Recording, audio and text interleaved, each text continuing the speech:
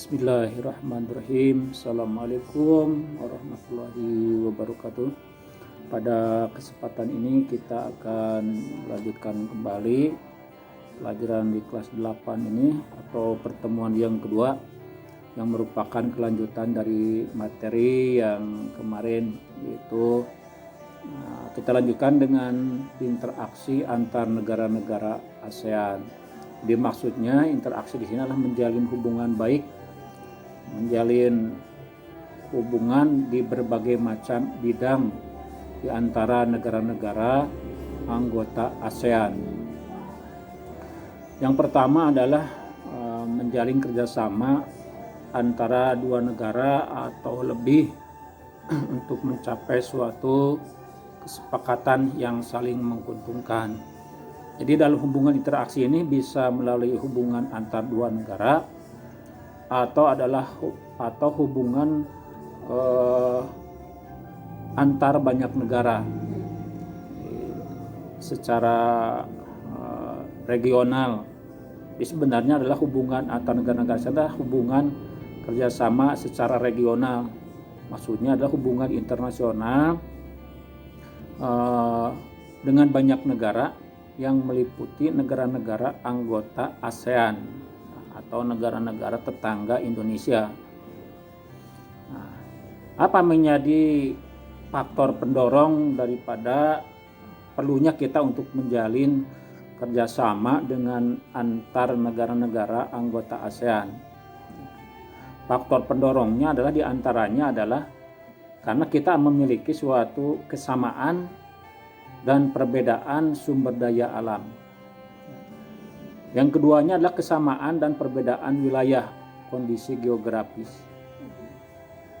Kita, apalagi Indonesia adalah sebagai suatu negara yang terpisah-pisah dengan berbagai atau beribu-ribu pulau begitu, yang terpusatkan di Pulau Jawa dengan ibu kota Jakarta.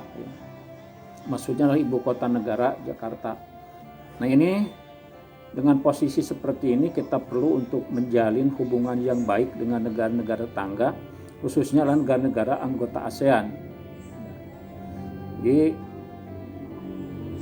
untuk menjalin hubungan berbagai macam kerjasama di antara negara-negara anggota Asia Tenggara, entah itu dalam kerjasama dalam politik, ekonomi, sosial, maupun budaya. Itu tadi beberapa pendorong yang menimbulkan perlunya kita kerjasama dengan negara-negara tetangga.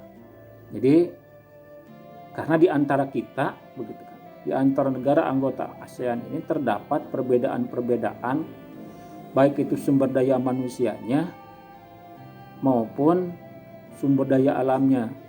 Sehingga dengan kelemahan-kelemahan seperti itu atau kekurangan-kekurangan seperti itu perlu di antara negara-negara ASEAN untuk saling mengisi, saling menguntungkan dengan kerjasama yang telah disepakati bersama. Selanjutnya, tentunya dalam menjalin hubungan antar negara Asia Tenggara ini tentunya ada faktor-faktor yang menjadi hambatan. Bisa saja yang menjadi faktor hambatan itu adalah masalah ideologi, ya, atau ideologi suatu bangsa atau suatu negara, atau paham-paham ideologi yang dianut oleh bangsa atau negara-negara tetangga ASEAN itu sendiri. Kemudian juga bisa disebabkan juga terjadinya konflik dan peperangan karena disebabkan sesuatu hal yang bisa terjadi, entah karena masalah dagang, masalah perbatasan, begitu kan. Ada permasalahan, mungkin hal-hal yang kecil juga bisa menimbulkan suatu konflik, atau mungkin kan terjadi peperangan baik itu di dalam negara itu sendiri maupun antar negara-negara anggota ASEAN. Oleh karena itu perlu untuk menjaga stabilitas keamanan di antara negara-negara anggota ASEAN. Kemudian juga bisa yang menjadi faktor penghambatnya itu karena melindungi dalam negerinya sendiri, dari daya saing antar negara. Mungkin di suatu negara itu ada suatu kelebihan-kelebihan yang tidak dapat diketahui atau tidak mau diketahui oleh negara lain. Kemudian juga mungkin ada perbedaan kepentingan di dalam negara itu sendiri, sehingga ini menjadikan suatu faktor penghambat di dalam kerjasama antar negara anggota ASEAN. Selanjutnya, bentuk-bentuk daripada kerjasama negara-negara anggota ASEAN sebagai suatu tujuan utama kita di dalam menjalin hubungan internasional antar negara-negara anggota ASEAN, baik secara bilateral antar negara atau secara regional atau banyak negara. Di antaranya adalah meliputi dalam bidang sosial budaya. Dalam bidang sosial budaya ini kita bisa saling bekerja sama dalam hal budaya yang dianut oleh masing-masing negara Asia Tenggara. Ini perlu untuk membuka perluasan kesempatan, di antaranya adalah perlu untuk meningkatkan kerjasama di dalam perluasan kesempatan kerja di antara penduduk-penduduk yang ada di negara-negara anggota ASEAN. Nah, jadi nanti sesuai dengan kualitas daripada penduduk itu sendiri, bisa saja penduduk Indonesia itu bekerja di negara Malaysia atau di Singapura atau di Thailand ataupun di negara-negara lain. Begitupun dengan penduduk negara lain bisa bekerja di negara kita. Ini dengan hubungan sosial budaya di antara negara-negara Asia Tenggara. Ya. Jadi bisa juga dalam pengembangan sumber daya manusia.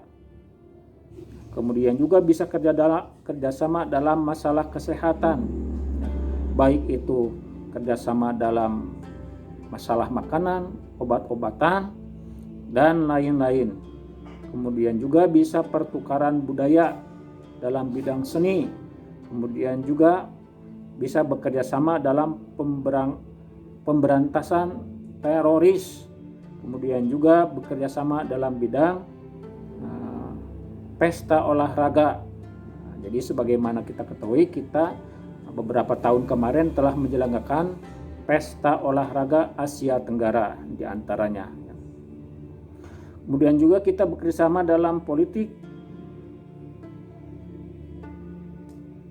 dan keamanan, untuk menciptakan negara-negara di Asia Tenggara yang tentunya adalah negara yang aman, stabilitas yang aman, yang penuh dengan perdamaian di antara negara-negara anggota Asia Tenggara, sehingga negara anggota Asia Tenggara ini menjadi daerah atau kawasan yang aman, tidak terjadi peperangan atau mungkin juga di perbatasan sering terjadi pemberontakan atau mungkin terjadi perampokan. Nah, dengan kerjasama dalam bidang politik ini kita dapat menyelesaikan suatu permasalahan tersebut dengan sebaik-baiknya. Kemudian juga kita bisa bekerja sama dalam bidang pendidikan. Jadi kita bisa menuntut ilmu, kita bisa mendapatkan beasiswa untuk bersekolah di sekolah negara-negara tetangga. Begitupun negara-negara tetangga bisa bersekolah di negara kita. Jadi ada pertukaran pelajar. Misalkan contohnya kemarin-kemarin yang dari Thailand bisa sekolah di Indonesia, seperti Afat begitu ya. Kemudian juga Sahrofi. Nah, itu bisa sekolah di Indonesia. Itu karena ada kerjasama di antara negara-negara anggota ASEAN. Itu manfaatnya gitu. Nah, kemudian selanjutnya sebenarnya apa gitu yang menjadi pengaruh daripada ASEAN itu sendiri ya terhadap masing-masing negara yang bersangkutan. Tentunya inilah sangat menguntungkan bagi negara-negara anggota ASEAN itu sendiri, karena diantaranya adalah akan meningkatkan kemampuan sumber daya manusia anggota ASEAN itu sendiri, dan juga dapat mengeksploitasi sumber daya alam yang ada di kawasan Asia Tenggara, sehingga bisa dimanfaatkan dengan kerjasama yang baik di antara negara-negara anggota ASEAN. Adanya nanti akan timbul suatu adanya keinginan untuk menjadi negara yang maju, negara yang makmur, negara yang penuh dengan kompetensi antar negara-negara Asia Tenggara untuk menjadi negara yang terbaik di Asia Tenggara. Jadi dengan pengaruh daripada ASEAN ini dapat meningkatkan upaya kerjasama di antara negara-negara anggota ASEAN. Nah, sekian saja dulu untuk penyampaian materi persempatan ini karena ada keterbatasan, sehingga nanti oleh kalian semua bisa dikembangkan kembali ya, untuk mencari sumber-sumber materi-materi atau diperkaya dengan materi-materi yang lain, nanti bisa dicari di Google begitu ya. Demikian saja, terima kasih. Assalamualaikum warahmatullahi wabarakatuh.